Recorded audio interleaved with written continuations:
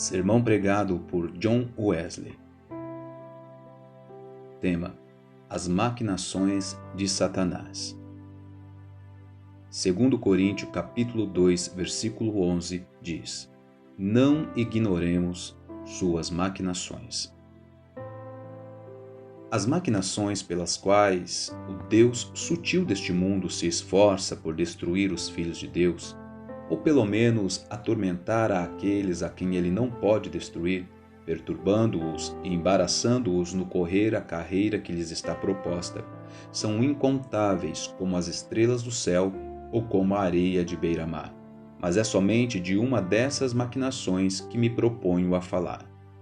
Embora ela seja insinuada de vários modos, tentando Satanás dividir o Evangelho contra si mesmo e com uma de suas partes subverter a outra. O reino interior do céu, que se estabelece no coração de todos os que se arrependem e creem no Evangelho. Outra coisa não é senão justiça, paz, gozo no Espírito. Toda criancinha em Cristo sabe que somos feitos participantes destes dons na própria hora em que cremos em Jesus. Mas esses dons são apenas as primícias de seu Espírito. A colheita vem mais tarde. Embora essas bênçãos sejam inconcebivelmente grandes, ainda esperamos vê-las maiores do que estas. Esperamos amar ao Senhor nosso Deus não somente como o fazemos agora, com um afeto fraco, posto que sincero, mas de todo o nosso coração, de toda a nossa mente, de toda a nossa alma e de toda a nossa força. Esperamos pelo poder de regozijar-nos sobremodo, orar sem cessar e em tudo dar graças, sabendo que esta é a vontade de Deus em Cristo no tocante a nós. Esperamos ser aperfeiçoados em amor, naquele amor que exclui todo temor opressivo e todo desejo, exceto o de glorificar aquele a quem amamos e de amá-lo e servi-lo cada vez mais. Esperamos por tal crescimento no conhecimento experimental e no amor de Deus nosso Salvador, que nos habilitará sempre a andar na luz como Ele está na luz. Cremos que haverá em nós toda a mente que havia também em Cristo Jesus, que amaremos a todo homem a ponto de dar nossa vida pelo próximo, de modo que por este amor sejamos libertados da ira do orgulho e de toda a afeição perversa. Esperamos ser purificados de todos os nossos ídolos, ser salvos de todas as imperfeições, seja da carne ou do espírito, ser salvos de toda a nossa impureza interna e externa, ser purificados como Ele é puro. Confiamos em suas promessas que não pode mentir, que certamente virá o tempo em que em toda a palavra e obra faremos sua bendita vontade na terra, como se cumpre ela nos céus. Quando toda a nossa conversação será temperada com sal, toda ela apta a ministrar graça aos ouvintes, quando quer comamos ou bebamos ou façamos qualquer outra coisa, o faremos para a glória de Deus. Quando todas as nossas palavras e atos serão em nome do Senhor Jesus, dando graças a Deus, o Pai, através dele. Ora, a grande maquinação de Satanás é destruir a primeira obra de Deus na alma, ou pelo menos lhe entravar o crescimento, por meio de nossa expectação das obras maiores.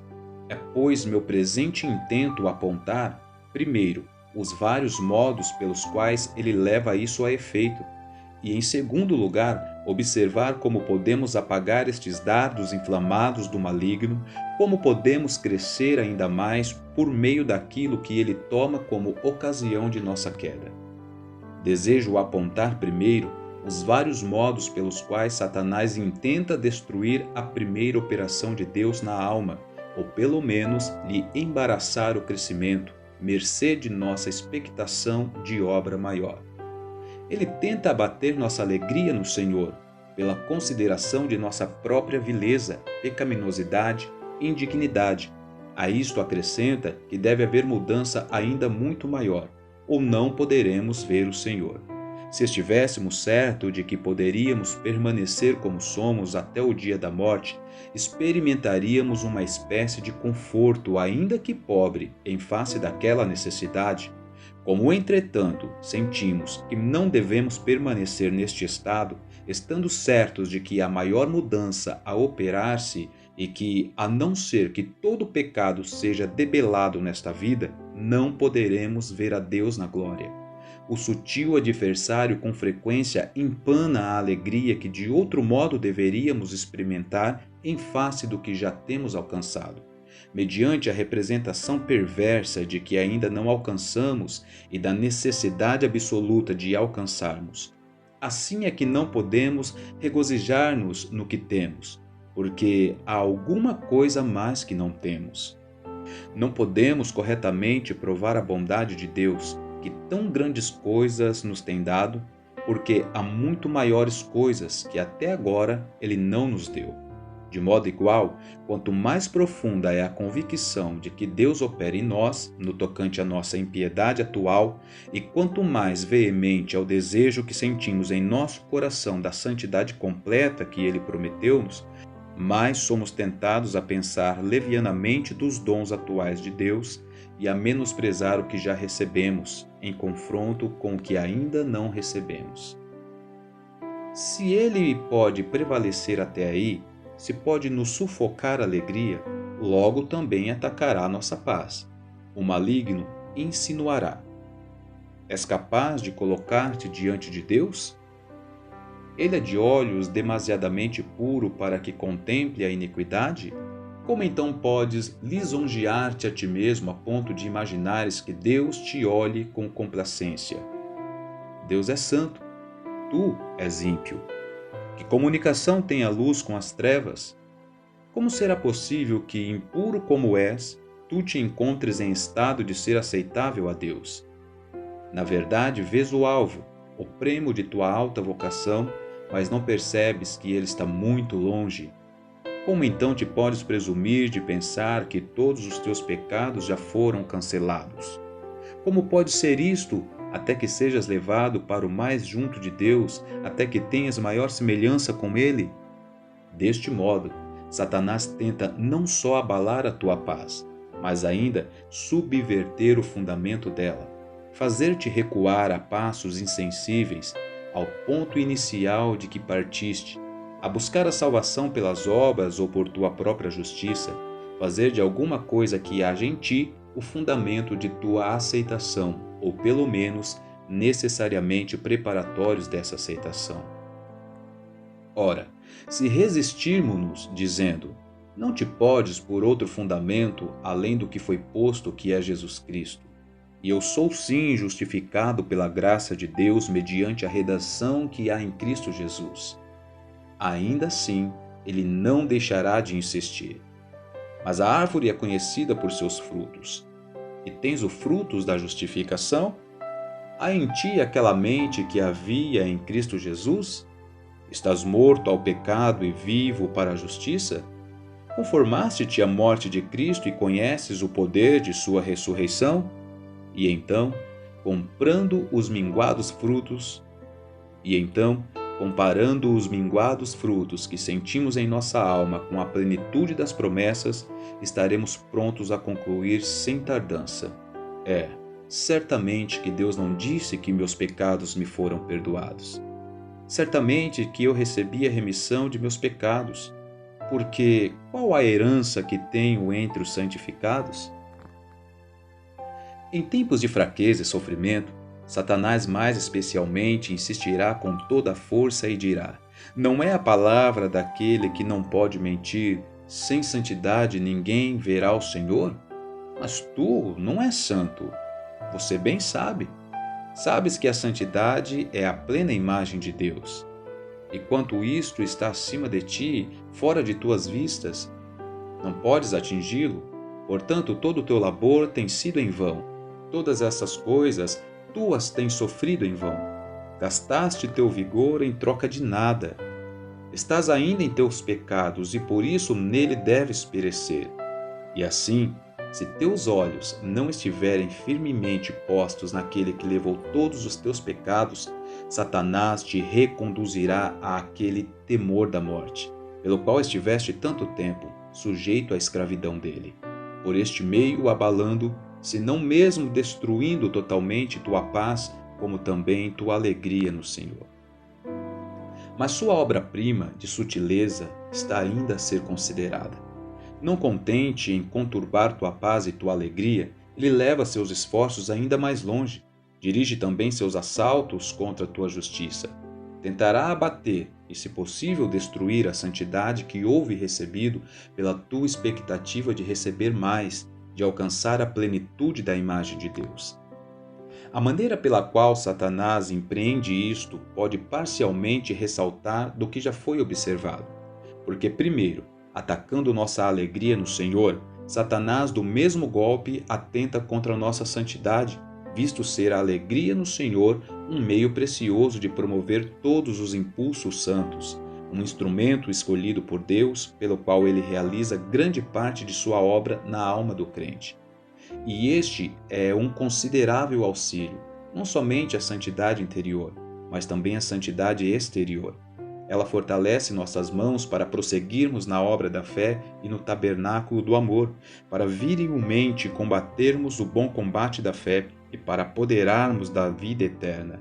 Ela é particularmente destinada por Deus para ser uma compensação tanto dos sofrimentos internos como dos sofrimentos externos, para confortar as mãos cansadas e corroborar os joelhos enfraquecidos. Consequentemente, o que empana nossa alegria no Senhor, proporcionalmente entrava nossa santidade. E assim, ao mesmo tempo em que Satanás abate nossa alegria, ele também nos prejudica a santidade. Seguir-se-á o mesmo efeito se ele puder, por qualquer meio, abalar ou destruir a nossa paz. Porque a paz de Deus é outro meio precioso de avivar em nós a imagem de Deus. Dificilmente se encontra um auxílio à santidade maior do que este, uma contínua tranquilidade de espírito, a serenidade de um espírito firmado em Deus, um calmo repouso no sangue de Jesus. Sem isso, dificilmente será possível crescer em graça e no vital conhecimento de nosso Senhor Jesus Cristo, porque todo temor, exceto o terno termo filial, congela e atordoa a alma, estanca todas as fontes de vida espiritual e detém todo o movimento do coração que tenha a Deus como alvo. E a dúvida, por assim dizer, enlameia a alma, de modo que esta se debate no mais espesso barro. Por isso, na mesma proporção em que algum destes meios prevalece, nosso crescimento e santidade estará prejudicado. Ao mesmo tempo em que nosso astuto adversário tenta fazer de nossa convicção da necessidade de perfeito amor uma ocasião de abalar nossa paz, mediante dúvidas e temores, tenta também enfraquecer, se não destruir nossa fé.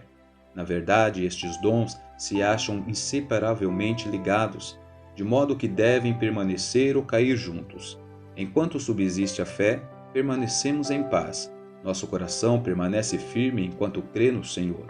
Mas se deixarmos escapar-se nossa fé, nossa filial confiança em Deus, que ama e perdoa, nossa paz se extinguirá, tendo sido subvertido seu verdadeiro sustentáculo.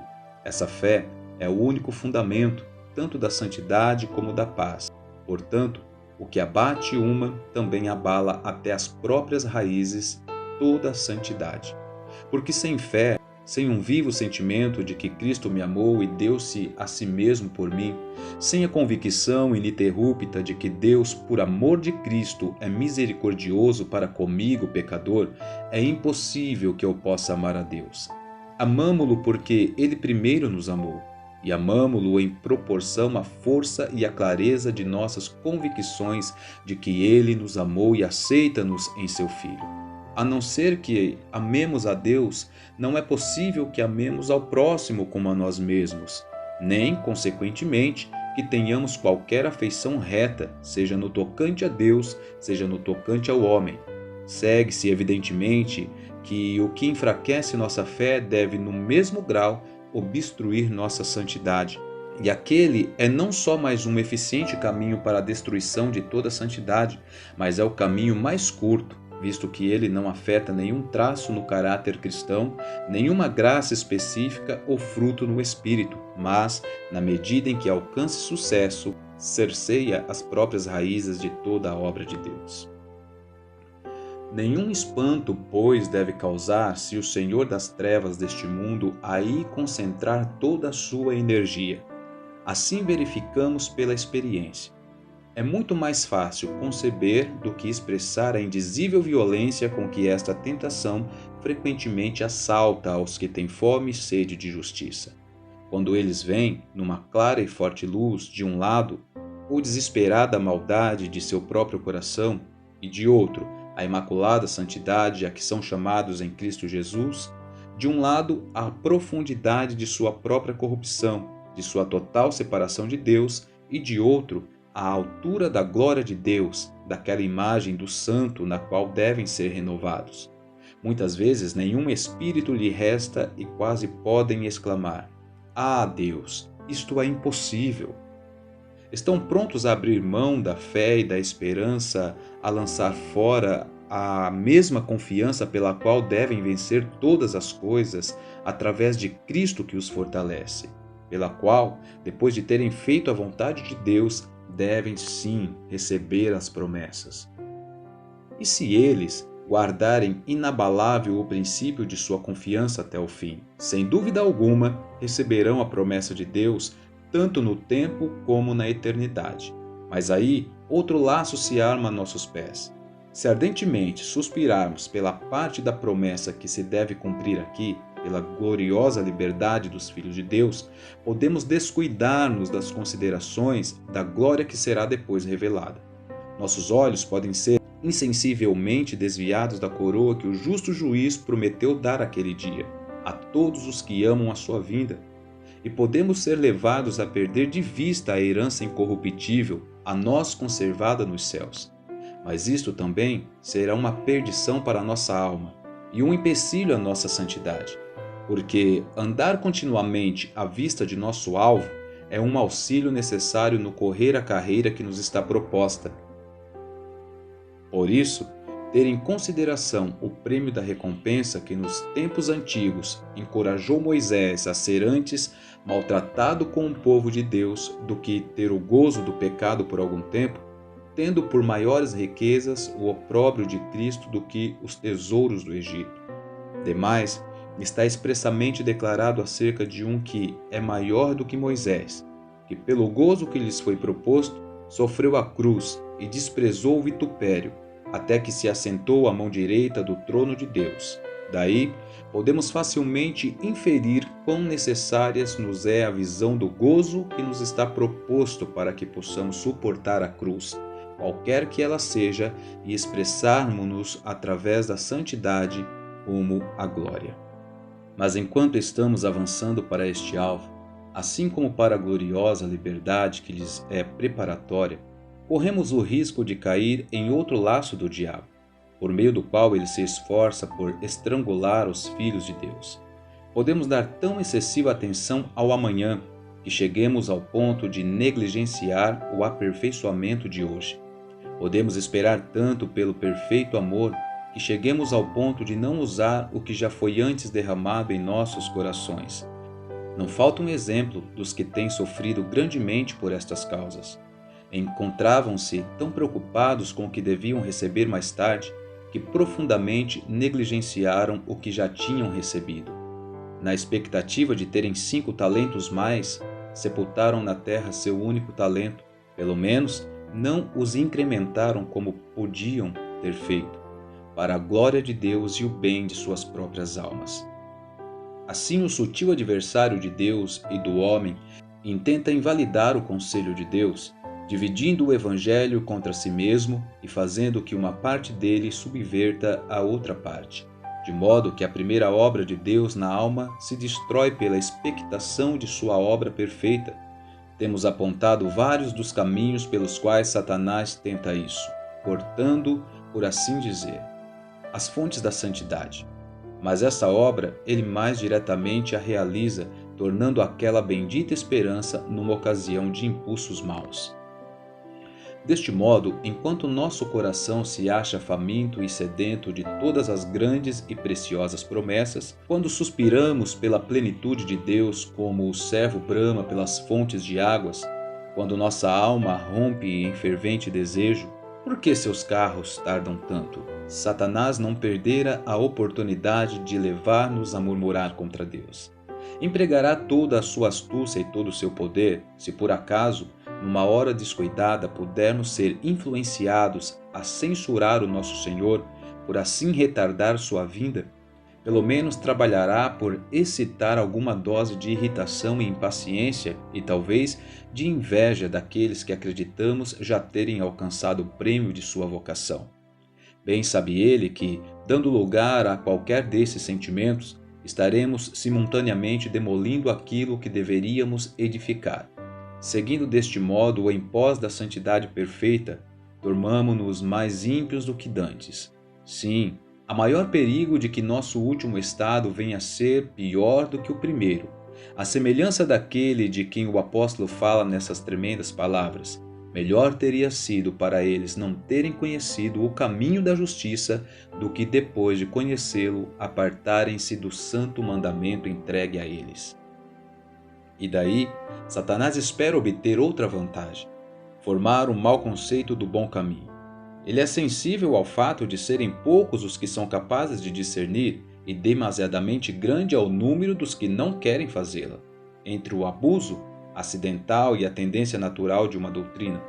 O abuso acidental e a tendência natural são, pois, constantemente amalgamados em relação à doutrina da perfeição cristã, para predispor a mente dos homens incautos contra a gloriosa promessa de Deus.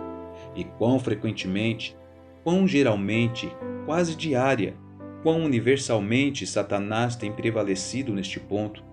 Porque quem é o que observa alguns dos acidentais maus feitos dessa doutrina e não conclua imediatamente seja tal sua tendência natural e prontamente não grite: vede, estes são os frutos, querendo dizer os frutos naturais necessários de tal doutrina?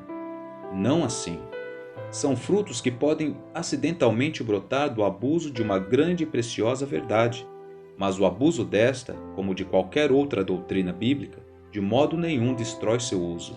Nem pode a infidelidade do homem, pervertendo o seu reto caminho, invalidar a promessa de Deus.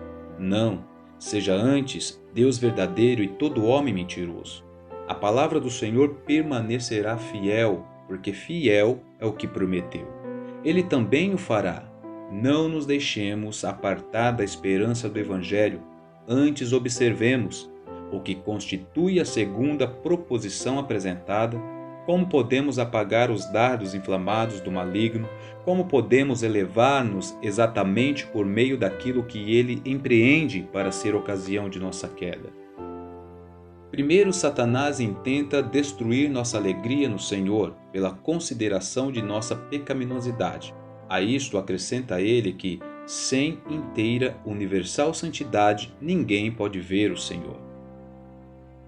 Podes fazer recair este dardo sobre a sua própria cabeça, se pela graça de Deus, quanto mais sentires tua própria vileza, mais te alegrares na confiante esperança de que tudo isso passará. Enquanto guardares esta esperança, toda disposição má que sintas, embora as destaques com perfeito ódio, pode ser um meio, não de extinguir tua humildade e alegria, mas antes de aumentá-la. Isto e aquilo pode dizer: perecerá do mesmo modo da presença do Senhor. Como a cera se derrete ao fogo, assim isso se derreterá perante sua face. Por este meio, quanto maior for a mudança que reste a operar-se em tua alma, maior será a tua vitória no Senhor e teu regozijo no Deus da tua salvação, que tão grandes coisas já fez por ti, e muito maiores do que essas ainda fará. Em segundo lugar, quanto mais veemente ele assaltar tua paz com aquela sugestão, Deus é santo e tu és ímpio, estás imensamente distante daquela santidade sem a qual não podes ver a Deus. Como podes estar então no favor de Deus? Como podes ter a fantasia de estares justificado? Mais enérgico cuidado tenha sem sustentar que, não por obras de justiça que eu tenha feito sou achado nele, sou aceito no bem-amado, não tenho a minha própria justiça, como causa no todo ou em parte de nossa justificação diante de Deus, mas pela fé que vem de Jesus Cristo, a justiça que é de Deus pela fé. Ata estas palavras em torno do teu pescoço, escreve-as sobre a tábua de teu coração, ata-as como pulseira em teu braço, como frontal entre os teus olhos. Sou justificado livremente por sua graça, pela redenção que há em Cristo Jesus. Estima e preza cada vez mais estas preciosas verdades. Pela graça sois salvos, mediante a fé. Admira cada vez mais a livre graça de Deus em ter de tal modo amado ao mundo, que Ele deu seu unigênito Filho para que todo aquele que nele crê não pereça, mas tenha a vida eterna. Assim, o sentimento de pecaminosidade que experimentas de um lado e de outro, as santidades que espera, contribuirão para estabelecer tua paz e para fazê-la correr como um rio. Assim também tua paz jorrará como uma torrente, apesar de todas aquelas montanhas de impiedade que se aplanarão no dia em que o Senhor vier a tomar posse de teu coração.